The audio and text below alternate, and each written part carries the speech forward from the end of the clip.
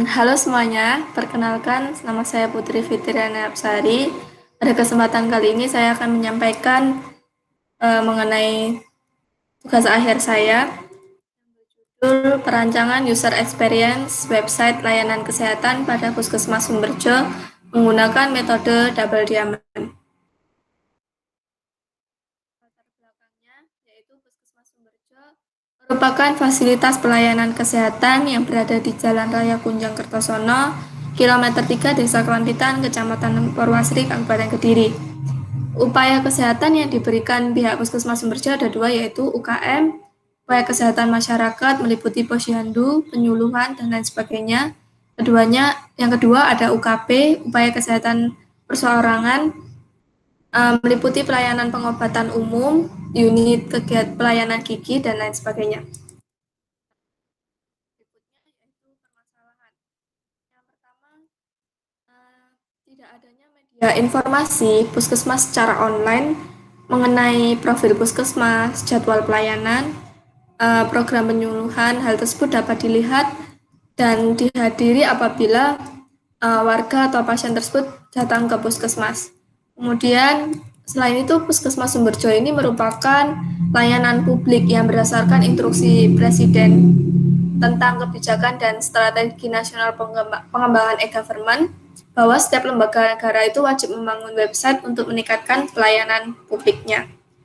Nah, karena yang kedua yaitu karena proses pelayanan yang masih belum terkomputerisasi berakibat dari lamanya proses pencarian data hingga berakibat proses pelayanan dari pihak puskesmas sendiri. Nah, berdasarkan penilaian kinerja puskesmas yang dilakukan pada tahun 2017, dalam manajemen data dan informasi memiliki nilai sebesar 7,37%, yang artinya cukup. Nah, solusi yang ditawarkan peneliti yaitu perlu dilakukan analisis dan perancangan user experience website layanan kesehatan pada Puskesmas Sumberjo menggunakan metode double diamond. Nah, menurut Anis pada tahun 2018, dalam membangun website, salah satu yang menjadi perhatian adalah kemudahan pengguna dalam memanfaatkan website tersebut. Hal tersebut berarti user experience memiliki peranan penting karena menjadi faktor keberhasilan suatu aplikasi. Selanjutnya yaitu landasan teori yang digunakan pada penelitian ini. Yang pertama ada pelayanan kesehatan, kedua ada user interface, ketiga user experience, keempat sampel dan populasi, user persona, usability testing, dan yang terakhir ada double diamond. Metode penelitian yang digunakan yaitu menggunakan metodologi double diamond. Keempat tahapan dari metode double diamond ini membentuk pola divergen dan konvergen berganda. Nah, double diamond ini dipilih oleh peneliti karena proses desainnya yang menitik beratkan pada analisis masalah dan yang digunakan sebagai landasan untuk membuat solusi. Nah, tahap yang pertama yaitu ada discover. Discover ini menghasilkan dua hal, yaitu landasan teori dan empathy maps. Landasan teori yang sudah peneliti sebelumnya sampaikan. Mengenai empathy map ini adalah alat bantu yang digunakan untuk menganalisis dan mengetahui yang dirasakan, yang dipikirkan, dilihat, dan dilakukan oleh calon pengguna produk tersebut. Selain itu juga terdapat pain dan berikutnya yaitu define. Define ini menghasilkan tiga hal, yaitu ada user goal, business goal, dan user persona. Yang pertama ada user goal ini untuk calon pengguna pasien atau warga masyarakat. Berdasarkan Alan Cooper dan Robert Raymond ada tiga tipe tujuan dari user goal, ada life goal, experience goal, dan end goal. Kemudian untuk business goal ini ada tujuan, visi, dan misi dari Puskesmas Sumberjo. Nah, untuk user personanya ada untuk kelompok pengguna dari pasien atau warga masyarakat wilayah Puskesmas Sumberjo, dan ada kelompok petugas dari Puskesmas Sumberjo. Kemudian tahap berikutnya ini adalah develop yang pertama yaitu sketsa. Teknik yang digunakan menggunakan Crazy Egg Design. Crazy Egg Design ini merupakan metode dalam brainstorming membuat 8 ide desain. Nah, 8 ide nanti menggunakan teknik superfood, yaitu memberikan hak suara dalam memilih ide desainnya. Nah, berikutnya ada storyboard. Storyboard ini, sebelum saya menyampaikan lebih detail tentang storyboard ini, user pada website ini kan terdiri dari 2 kelompok, yaitu pasien atau masyarakat luas. Ini dapat mengakses front end-nya yang berisi informasi dari Puskesmas Sumberjo. Yang kedua, ada petugas atau tenaga medis yang dapat mengakses simpusnya atau back end dalam membantu proses pelayanan dari puskesmas tersebut. Nah, storyboard ini menjelaskan transaksi pada website yang terdapat pada simpus untuk kelompok pengguna petugas maksud saya. Berikutnya ada desain guideline. Desain guideline ini panduan yang digunakan dalam merancang website pada Puskesmas Sumberjo, berisi ketentuan seperti warna, tipografi, aset, icon, dan button.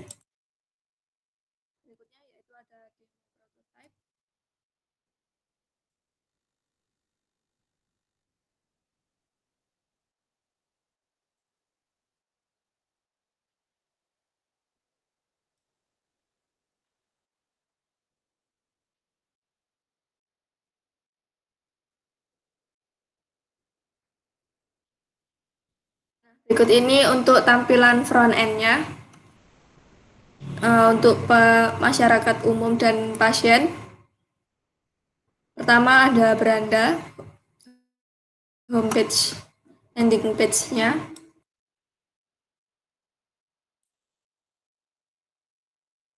Ada profil.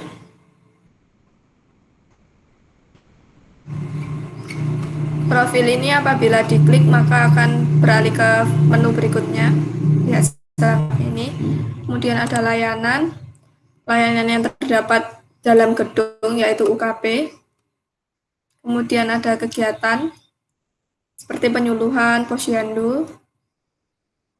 Ketiga footernya yaitu hubungi kami. Nah, pertama ada profil. Profil ini ada sambutan dari Kepala Puskesmas Sumberjo. Kemudian ada visi dan misi. Setelah visi dan misi ada akreditasi. Nah, untuk layanannya ada layanan yang terdapat pada Puskesmas Sumberjo meliputi ini menu yang ada di sampingnya. Poli umum, poli pada setiap poli akan ada jadwal pelayanan dan syarat pendaftaran yang harus dilakukan yang harus dipenuhi oleh pasien. Nah, ini ada tenaga medisnya. Hari ini dokter yang bekerja, yang bertugas, jadwalnya ada siapa aja, sudah tertera. Kemudian ada kegiatan. Kegiatan ini informasi untuk masyarakat umum, berisi ada artikel, penyuluhan, kegiatan yang dilakukan pihak puskesmas. Nah, contohnya seperti ini. Apalagi sekarang pandemi, jadi tidak boleh mengumpulkan massa, sehingga ini dapat digunakan, dioptimalkan oleh pihak puskesmas. Kemudian ada hubungi kami. Hubungi kami ini dapat digunakan pihak puskesmas untuk menjaring aspirasi dari warga. Selain itu, pihak pasien pun juga tidak takut untuk menyampaikan isi atau apa yang ingin disampaikan ke pihak puskesmas, dapat melalui form ini. website ini. Contohnya seperti ini, keluhan pelanggannya, lama proses dalam menunggu, kirimkan, pesan Anda berhasil dikirim, terima kasih. Kemudian ada Simpus. Simpus ini untuk tenaga medisnya. Tenaga medisnya itu ada 3, yaitu pihak loket atau tenaga medis dan petugas puskesmas. Ada 3, yaitu kasir atau loket, kasir dan loket, kemudian ada dokter, yang terakhir ada pihak apotek. Ini nama penggunanya. Nah, pertama ada dashboard. Dashboard ini untuk mengetahui rata kunjungan dari pasien. Nah, ini untuk hari ini. Ini untuk rata-rata per minggunya, per bulan, dan per tahunnya. Filternya berdasarkan tahun. Kemudian ada master data. Master data ini ada data petugas dan data pasien. Di sini saya login sebagai admin. Nah, petugas ini dapat melakukan tambah data.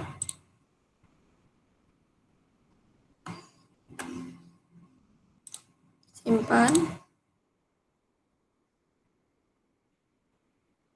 Kemudian bisa diubah juga. Bisa dihapus.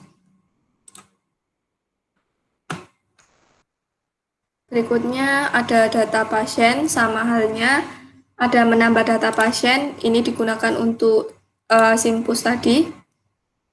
Untuk ke rekam medis maksud saya. Jadi bisa terrecord di sini, data pasiennya sama. Kemudian ada ubah ke nomor telepon.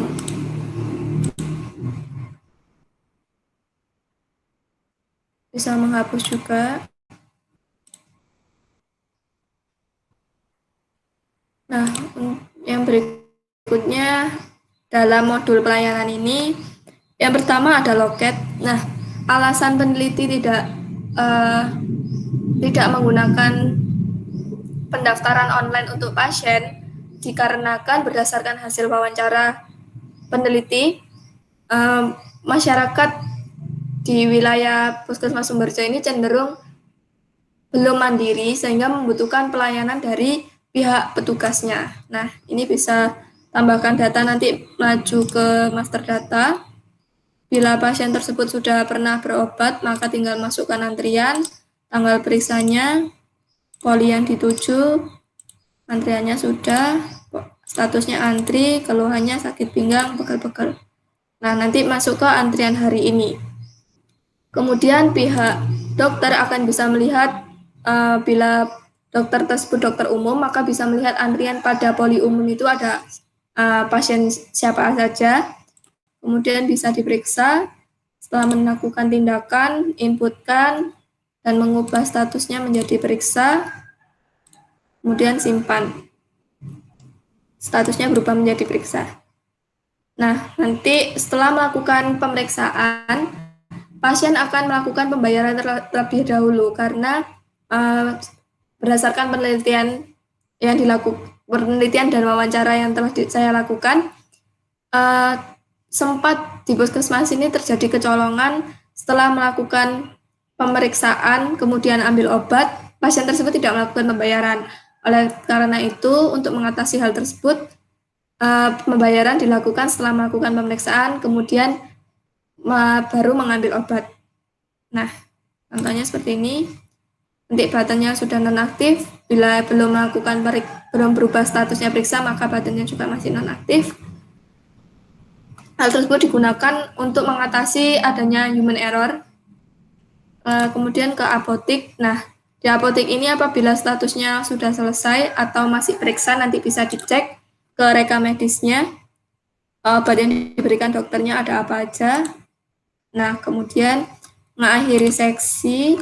Nah, setelah akhiri sesi, nanti data tersebut masuk ke dashboard bahwa hari ini sudah menyelesaikan satu transaksi pada Puskesmas Sumberjo. Kemudian ada laporan. laporan ini juga disesuaikan dengan Dinas Kesehatan di Kabupaten Kediri. Oh ya, sebelumnya saya lupa menyampaikan bahwa kasir tadi kenapa tidak bisa mencetak struk karena terdapat regulasi tertentu dari Kabupaten Kediri yang itu tidak bisa diganggu gugat. Kemudian saya lanjutkan, nah laporan ini tampilan seperti ini, ada pasien BPJS dan umum, per tahunnya, cetak, nah menghasilkan Excel. Untuk laporan kefarmasian ini di bagian apotek per bulannya juga disesuaikan berdasarkan template dari Dinas Kesehatan Kabupaten Kediri. Ya, kurang lebih seperti itu. Lanjut ke presentasi saya. Kemudian ada deliver. Nah, deliver ini adalah pengujian prototipenya menggunakan metode usability testing. Ada 5 variabel yaitu learnability, efficiency, memorability, error, dan satisfaction. Nah, ini analisis deskriptifnya. Kemudian ini hasil tabulasi datanya. Berikutnya ada skala Likert menghasilkan rata-rata setiap variabelnya seperti ini. Nah, pembahasannya tahapan-tahapan dalam metode double diamond tersebut membuktikan bahwa dapat membantu proses perancangan desain dan menghasilkan prototipe website layanan kesehatan dengan teknik pengujian menggunakan usability testing. Prototipe tersebut menjawab masalah pada latar belakang yang dapat dibuktikan dengan hasil nilai pada semua variabel yaitu 81,4%. Kesimpulannya, yang pertama, prototipe yang dihasilkan telah memberikan informasi pelayanan publik atau front end yang meliputi tampilan beranda, profil, layanan, kegiatan, dan hubungi kami. Hal tersebut membantu pasien dalam mendapatkan informasi mengenai Puskesmas Sumberjo, jadwal pelayanan, kemudian ada program penyuluhan apa saja yang disesuaikan dengan user goal itu sendiri. Nah, yang kedua yaitu ada prototipe yang dihasilkan memberikan informasi untuk membantu proses pelayanan petugas atau back-end yang meliputi tampilan login, dashboard, modul master data, modul pelayanan, dan laporan. Hal tersebut dapat membantu Puskesmas dalam meningkatkan mutu pelayanannya dan juga disesuaikan dengan bisnis goals-nya. Kemudian ada rancangan prototipe merupakan implementasi dari metode double diamond yang telah menghasilkan rekomendasi sesuai dengan user goal dan business goal-nya. Yang dibuktikan dengan hasil testingnya menghasilkan nilai rata-rata dari semua variabel yaitu sebesar 81,4%. Sekian dari saya. Apabila kurang lebihnya, saya mohon maaf. Semoga bermanfaat. Terima kasih.